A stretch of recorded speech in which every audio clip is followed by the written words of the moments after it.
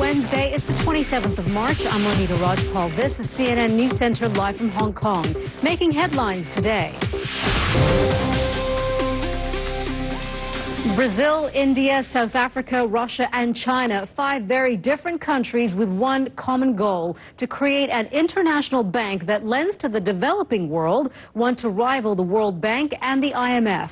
Representatives from these countries, known collectively as the BRICS, are meeting for their annual summit in South Africa. They believe a lender set up by emerging economies would be better equipped to meet their needs, free from the political influence of the U.S. and Western Europe. But Durban, and we find CNN's Robin Curnow. Robin. Hi there. Well, indeed, we're waiting for the heads of state to effectively sign off on this development bank. Robin, thank you for that. Robin Curnow there live for us from Durban in South Africa. Well, there's little doubt that India is a major force in the developing world, but its public services and infrastructure still leave a lot to be desired. Much of the cash needed to fix these problems could be raised through income taxes, but as Malika Kapoor reports, political loopholes are making the money hard to come by. You would employ. Farmer Kailash Mehta's 8-acre farm just out. Some of the other stories we're following for you here on the show. Authorities have imposed dusk-to-dawn curfews in 3 townships in central Myanmar to try to prevent further violence. On Tuesday, police reported arson attacks on Muslim-owned properties. At least 40 people have been killed recently in clashes between Buddhists and Muslims. President Thein Sein has vowed to take action against those involved in the violence. A bomb has gone off inside a restaurant near the Iraqi capital, Baghdad. At least 2 people were killed by the blast in Al-Madan. 7 others were wounded. 1 person is dead and at least 19 are injured after an earthquake hit central Taiwan. An elderly woman was killed when a temple wall beside her collapsed. The 6.0 quake shook buildings, trapped people in elevators, and caused widespread panic. It happened in a seismically active area at a depth of about 20 kilometers. The U.S. Supreme Court will hear arguments for a second day on the legality of same-sex marriage. The High Court is to decide whether a ban on same-sex marriage in California is constitutional and whether a federal law that defines marriage as a union between a man and a woman is legal. And Justin Bieber has been accused of threatening his neighbor outside his California home on Tuesday. Police were called to Bieber's gated home after a neighbor accused the singer of battery and threat. You are watching CNN News Center live from Hong Kong.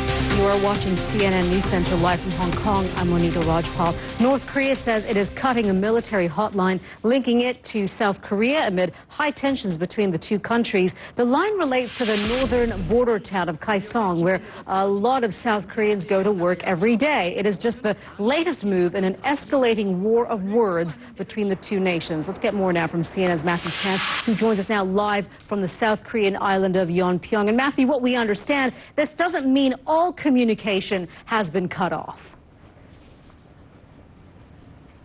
No, it's slightly unclear, but... Matthew, thank you very much for that. Matthew Chance reporting to us there live. Reports in the Middle East say Saudi Arabia is demanding the right to monitor conversations that take place on internet messaging and chat services. The kingdom is understood to have given service providers until Saturday to meet its request. If they refuse, services such as Skype, Viber and WhatsApp could be banned. Joining us now via Skype from Jeddah is the deputy editor of the Saudi Gazette, Sumaya Jabarti. Sumaya, thank you very much for being with us. So basically, if the kingdom doesn't get what it wants on by Saturday, I should say, we wouldn't be able to do what we're doing right now.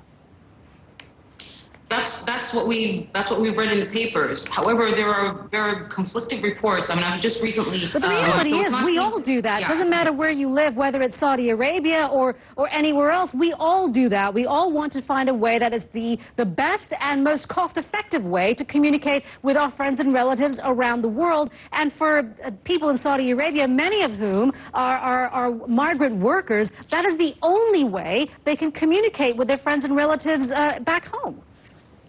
Very true. I mean, so far the comments that we've been getting on our website is not only actually from... It's true. The more you could tell someone to do something, the more determined they are to actually do it and find ways to do it indeed. Sumaya, thank you very much for being with us. Sure. Sumaya Jabarti, the deputy editor of the Saudi Gazette.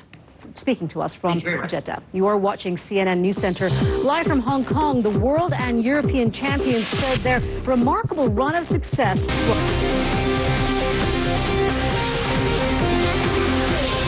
You are watching CNN News Center live from Hong Kong. Crisis? What crisis?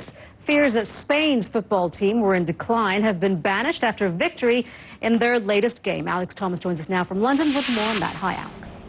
Hi, Monita. Yes, football's world champions are back on track to defend their title in Brazil next year after beating France 1-0 to go back to the top of... To that, Alex, thank you very much for that. A strong earthquake shook Taiwan earlier today.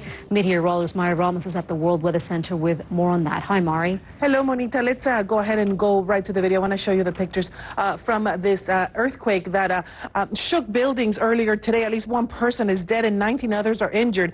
All right. Mari, thank you very much for that. You are watching CNN News Center. I'm Monita Rajpal, live at CNN Hong Kong. Thank you for joining us. We'll update you with the news headlines in just 2 minutes. This is the #1 international news brand. This is CNN.